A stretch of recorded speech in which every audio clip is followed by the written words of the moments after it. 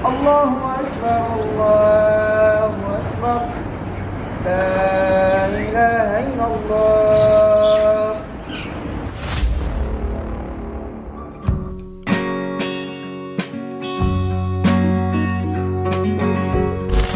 Hai Bor, jika ente bertanya-tanya seperti apa negara Cina, bagaimana mereka menjalani hidup, dan etos kerja apa yang mereka lakukan hingga membuat negara satu ini menjadi negara dengan perekonomian terbesar di dunia.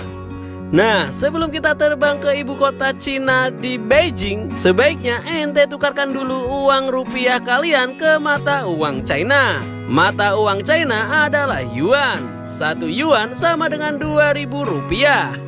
Beijing adalah ibu kota Cina dan menjadi kota terbesar kedua di Cina setelah Shanghai. Dan inilah beberapa fakta unik tentang negara Tiongkok dan bagaimana umat muslim di sana. 1. Populasi dan wilayah. Menurut World Prospect Population, Cina adalah negara dengan penduduk terbanyak di dunia nomor 1 pada tahun 2022. Dan Cina juga menempati ranking ketiga negara terbesar di dunia dengan luas sekitar 9.706.961 meter persegi. 2. Islam di Cina. Cina adalah rumah umat muslim yang sangat tua. Syiar Islam di Cina sudah disuarakan tak lama setelah Nabi Muhammad meninggal pada 632 Masehi. Tokoh yang membawa Islam ke Cina adalah Sa'ad bin Abi Waqqas atas perintah sahabat Nabi Khalifah Utsman bin Affan. Bukti fisik dari penyebaran Islam di Cina yaitu adanya 2 masjid kuno dan tertua di Canton, Guangxi dan Xilin. Mengacu pada data Council of Foreign Relations tahun 2020, Islam menempati urutan ke-7 dalam daftar agama yang dianut penduduk. Umat muslim hanya minoritas, sekitar 22 juta atau 1,8% dari total seluruh penduduk Cina. Mereka terbagi dalam 10 kelompok etnis. Yang terbesar adalah Hui yang dianut mayoritas pendudukan dan berada di Ningxia, wilayah barat Cina. Selain itu, etnis lain yang kerap merepresentasikan muslim adalah kelompok Uighur. Kelompok ini bisa dibilang terkenal karena mereka sering dilaporkan kerap mengalami perlakuan yang tak menyenangkan dari otoritas Cina. Pada Agustus 2018, sebuah komite PBB mendapat laporan bahwa hingga 1 juta warga Uighur dan kelompok muslim lainnya ditahan di wilayah Xinjiang Barat. Salah satu alasan kenapa muslim Uighur diperlakukan seperti itu karena budaya yang mereka anut. Muslim Uighur sangat menjunjung tinggi budaya milik mereka sendiri dan juga mereka tidak mau berasimilasi ke dalam masyarakat lokal. Dan perlu diingat, nggak semua muslim di Cina mendapat kekerasan, meskipun kekhawatiran pemerintah dengan meluasnya Islam di sana membuat ancaman bagi Tiongkok. 3. Aplikasi terlarang. Nah, berbeda dengan Indonesia, aplikasi terlarang di Cina bukannya tut dan tut, tetapi beberapa aplikasi media sosial seperti Facebook, Twitter, dan Instagram dilarang oleh pemerintah Cina sejak tahun 2009. Enak di sana, nggak perlu pakai VPN bang. Maksud antum buat apaan VPN, Met? Buat nonton janda-janda cantik. 4. Terobsesi. Memang gak di Wakanda ataupun di mana-mana, dampak sosial media sangatlah begitu besar. Terkadang apa yang dipamerkan di media sosial tidak seindah realitanya. Bahkan media sosial juga bisa menjadi ajang untuk tampil palsu. Hal itu seperti kasus grup sosialita palsu di wilayah Shanghai yang belum lama ini jadi perbincangan netizen Tiongkok. Maju terus biar tekor asal tersohor bang. Ya, nyindir diri sendiri ini orang. Maksud ente apa? Siapa? Ya, siapa lagi, Met, yang pura-pura ngerental mobil demi ngapelin cewek? Ember. Seorang blogger asal Cina dengan nama Li Songer penasaran dan bergabung dengan sebuah aplikasi WeChat untuk melihat-lihat keadaan. Mau apa bang? Grup WeChat? Itu grup sosialita palsu, Met, agar terlihat mewah. Ah, gua kira mau pesen apaan di WeChat. Nah, grup ini adalah grup yang berisi para wanita Cina yang ingin tampil glamor tapi cuan tak mendukung.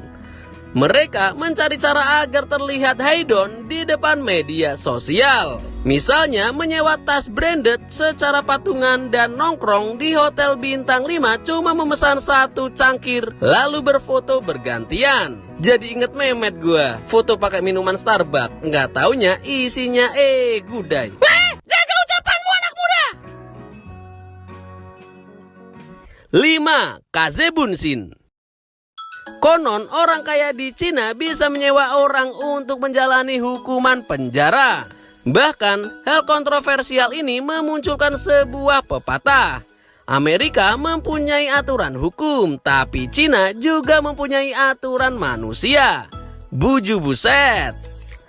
Praktek ini bernama Ding Zui, di mana orang-orang kaya yang terlibat kasus hukum bisa membayar joki untuk menggantikan dirinya menjalani proses hukum. Orang lain itu biasanya adalah kalangan orang yang tak punya dan menjadi pengganti si penyewa untuk mendapatkan uang demi memenuhi kebutuhan.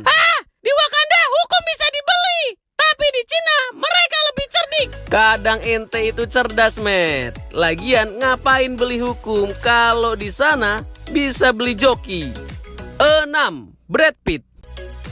Nah, siapa yang tak tahu aktor satu ini? Idolanya Memet ini dilarang mengunjungi China karena perannya dalam film 7 Years in Tibet.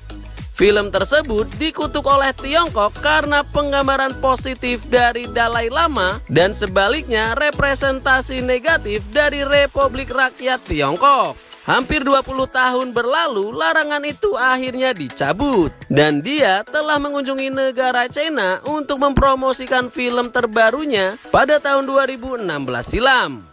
7. Koruptor ketar-ketir. Nah, jika di Indonesia hukuman bagi koruptor bisa diringankan, berbeda dengan di Cina. Jangankan dipotong masa tahanan, kehidupan nyaman pun tak akan Anda dapatkan di sini. Pemerintah tidak akan ragu-ragu memberikan hukuman berat bagi orang yang terdakwa korupsi. Nggak butuh lama, cuma sebulan terdakwa akan di-COD dengan malaikat pencabut nyawa. 8. Membagongkan. Nah, fakta yang terakhir ini bakal kalian betah hidup di Cina. Jasa mantap-mantap di Cina memang dilarang oleh pemerintah. Namun, dalam prakteknya hal macam itu secara terbuka menjamur di setiap sudut kota. Dari tempat karaoke, hotel-hotel mewah, hingga tempat permandian.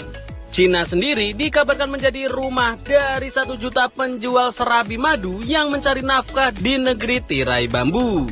Bahkan banyak dari para penjual berasal dari luar Cina dan sengaja masuk ke negara ini hanya untuk mencari nafkah di bisnis ini. Selain beresiko tinggi terhadap penyakit, para penjual serabi madu ini juga harus berhati-hati terhadap polisi. Jika tertangkap, para penjual serabi madu tersebut harus menjalani hukuman kerja paksa di sebuah tempat penahanan. Waduh.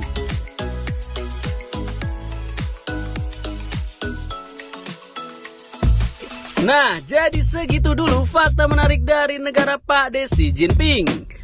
Ya, masih banyak lagi. Mungkin next kita akan bahas lebih dalam tentang negara Tiongkok. Matur nuwun.